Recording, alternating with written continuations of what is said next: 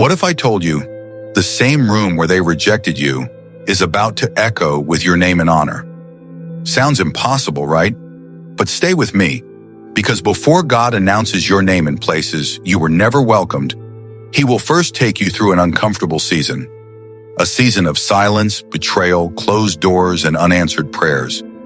And if you are in that season right now, don't scroll away. This message might be the confirmation your spirit has been waiting for. Let me ask you something. Have you ever sat in a room where everyone knew your name, but nobody saw your worth? Where you gave your best, your loyalty, your talent, your love, and still they said, "You're not what we're looking for"? Where your presence was unnoticed and your absence didn't matter? But wait, here's the danger. Before elevation comes exposure. Before promotion comes pressure. Before your name is honored, it must first be hidden. Because God does not announce unprepared names. He hides you. He separates you. He allows people to misunderstand you. He lets doors close in your face. Not because you're unworthy, but because He's watching how you respond when no one is clapping for you. And maybe right now you're in that exact place. Your phone is dry. Your opportunities are gone. Your name isn't being mentioned in rooms anymore. Some days you wonder, did I mess it up? Did God forget me? But here's what they didn't know. They didn't reject you. God removed you. They didn't ignore you. God was protecting you from being celebrated too soon. Because when God writes your story, He doesn't start with applause. He starts with isolation. But here's the twist. The silence you're in is not the end. It's the setup. Somewhere right now, your name, the same name they ignored, is being whispered in rooms you're not even in. Someone is talking about you. Someone is considering you. Someone is saying, "What about them?" They're different. They're chosen. Heaven is moving while the earth is silent. The door that closed, God will reopen it. But this time, they won't call you to reject you. They'll call you because they need you. Because your absence began to speak louder than your presence ever did. And when God turns the tables, listen carefully. He doesn't do it privately. He does it in front of them, the same table you were uninvited from. He prepares one for you. The same people who said, "You'll never be enough," will hear your name being honored. So if you're in that painful, quiet season right now, don't leave. Don't click away. Because in the next few minutes of this video, I'm going to show you the signs that God is about to announce your name. Why rejection was not a punishment. It was positioning, and how God turns silent rooms into stages of honor. Comment to engage. If this message is for me, I receive it. Let's be honest. Rejection hurts, not just because people said no, but because deep down you knew you gave your best. And still, it wasn't enough for them. Maybe they ignored your messages. Maybe they laughed when you shared your dreams. Maybe they never called your name, even when you deserved that place more than anyone else. But here's what no one tells you. Rejection is not always a sign that you're unqualified. Sometimes it's the first proof that you're chosen by God. Think about it. Moses was rejected by his own people before he became their leader. David was ignored by his father, not even invited into the room. Yet God sent the prophet straight to his backyard. Joseph was betrayed by his brothers, sold, forgotten in a prison, before God placed him in the palace. They weren't rejected because they were weak. They were rejected because they were too chosen to fit in small rooms. And maybe, just maybe, that's you too. You're not rejected because you're worthless. You're rejected because you don't belong around people who can't see your worth. Let that sink in for a second. You were never meant to stay in that room. You were meant to outgrow it. Why does God allow rejection before elevation? Because rejection does what comfort never will. It pushes you into your purpose. If they had accepted you, you would have settled. If they had applauded you, your hunger would have died. If they had chosen you, you would have never discovered what was inside you. Sometimes God closes that door not to punish you, but to protect you from becoming smaller than your calling. The hidden season of preparation. Right now, you might feel forgotten, but you are not unseen. You're in what I call the backstage season, the place where God develops you in private before He reveals you in public. Nobody sees your tears. Nobody sees your late-night prayers. Nobody sees you working, studying, preparing, even when nobody is giving you a chance. But heaven sees it, God sees it, and He's keeping the receipts. But here's the twist. God didn't remove you from the room because you weren't worthy. He removed you because they weren't ready to hear your name yet. Your name is not small. Your calling is not average. Your purpose is not temporary. So God had to pull you out. Not because you weren't good enough for them, but because that room wasn't big enough for what He's about to do through you. You weren't rejected. You were redirected. Reality check. Do you feel this? Have you ever felt overlooked when you knew you had something special? Have you ever watched people with less effort get what you prayed for? Have you ever felt like God was silent while you were suffering? If your answer is yes, you're not abandoned. You're in training. Comment CTM. If you've ever been rejected but still believe God has a plan, type I still believe.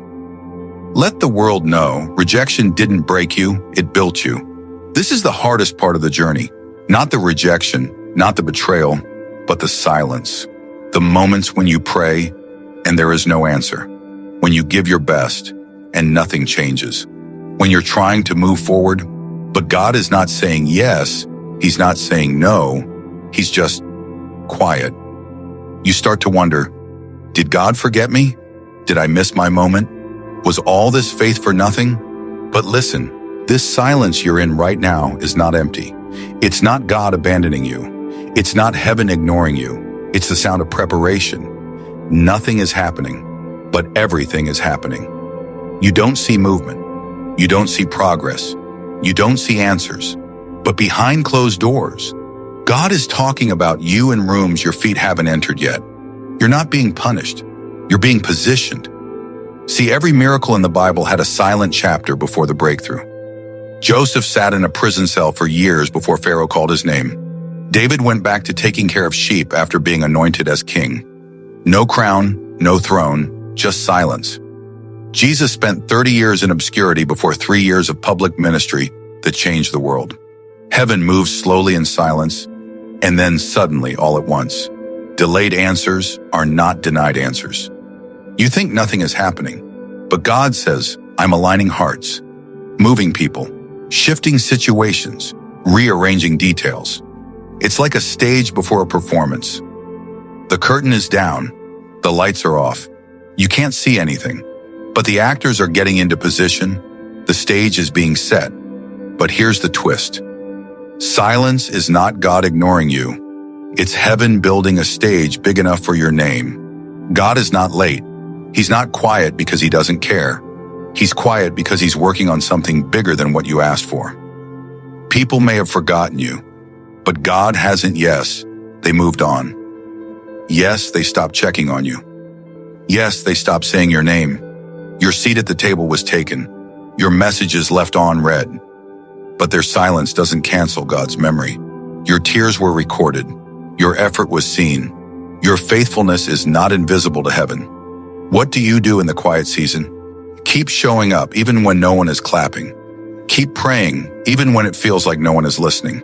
Keep building even if nobody's watching. Because quiet seasons are not wasted.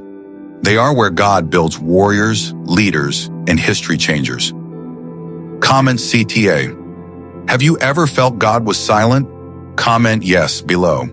This not only starts conversation, it tells someone else watching this video, you're not alone. There comes a moment when silence breaks, when heaven leans forward, when God steps into the very room where your name was once rejected, and everything changes.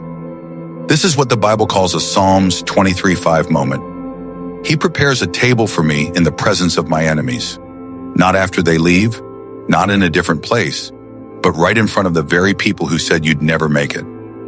Divine reversal when God steps in. There is a moment in destiny when God says, enough. Now it's my turn. You don't have to knock on the door anymore. You don't have to beg to be seen. You don't have to explain why you're valuable.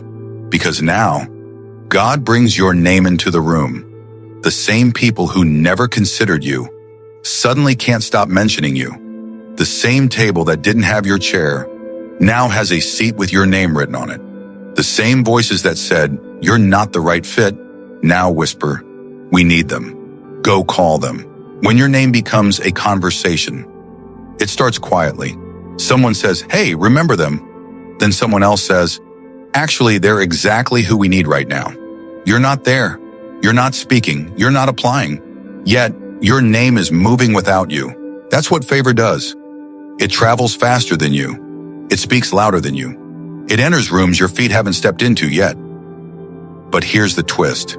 The same mouths that said, "You're not good enough," will be forced to say, "We need them back." God is not just restoring you.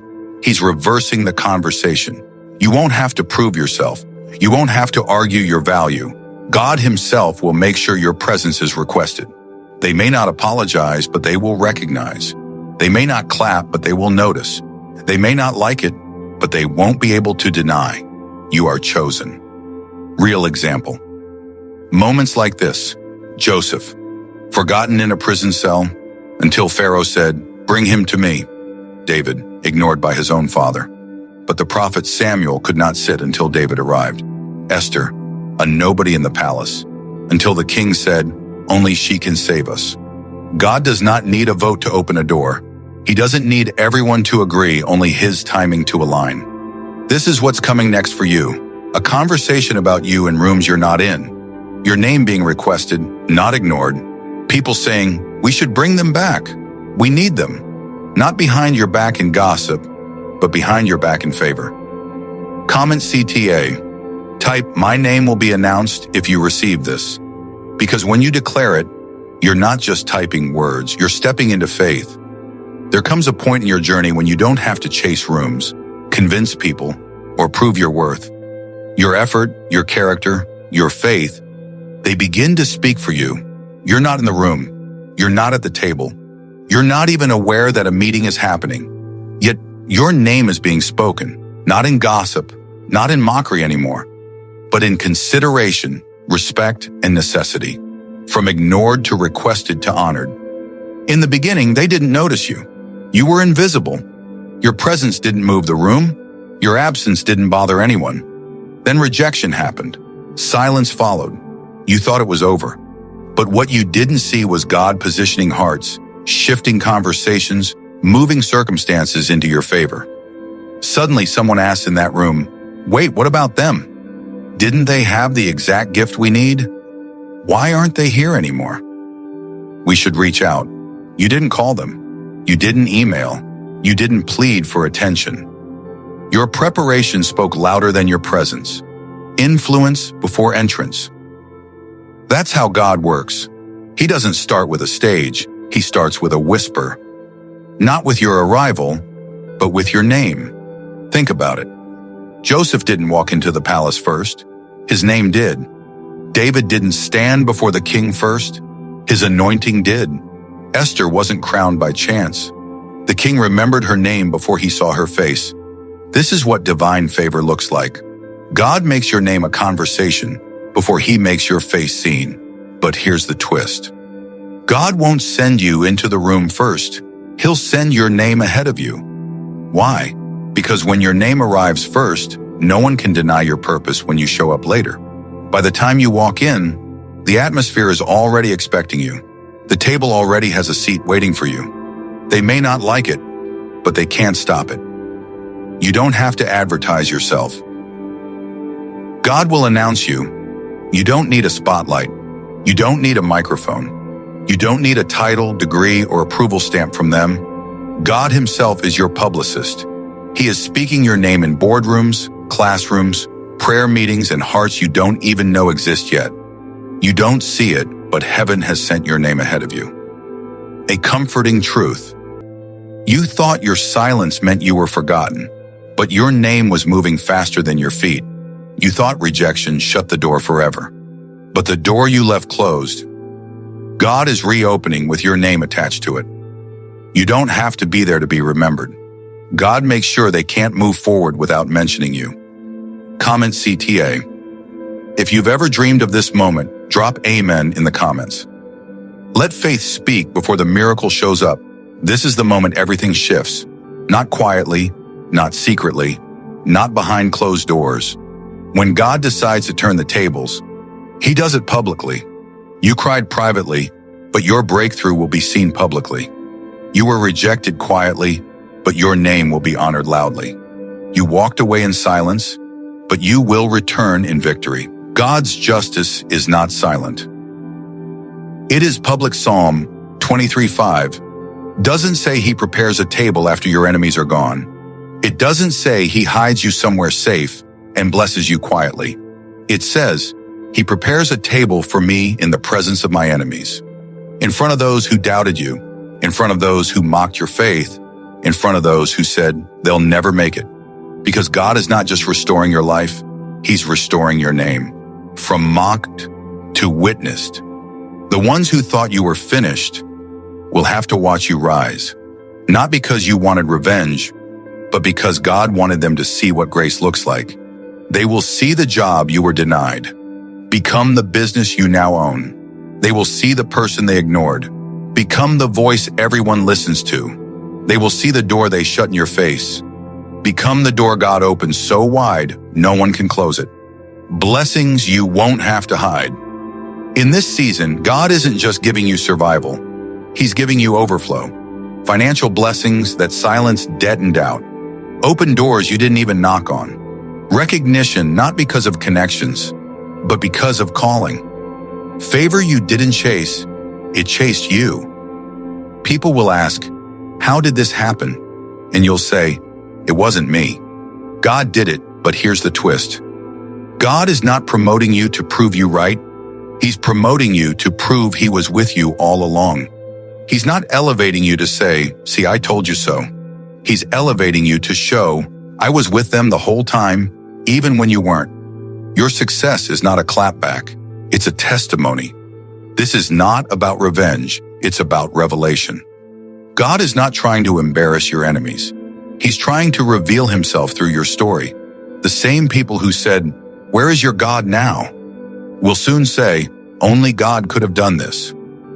Right now, heaven is setting the table. You may not see it yet, but listen closely. Chairs are being placed. Your seat is being prepared. Angels are positioning opportunities. Your name is being written on invitations you didn't even know existed. And soon God will say, it's time. Sit. This table is yours.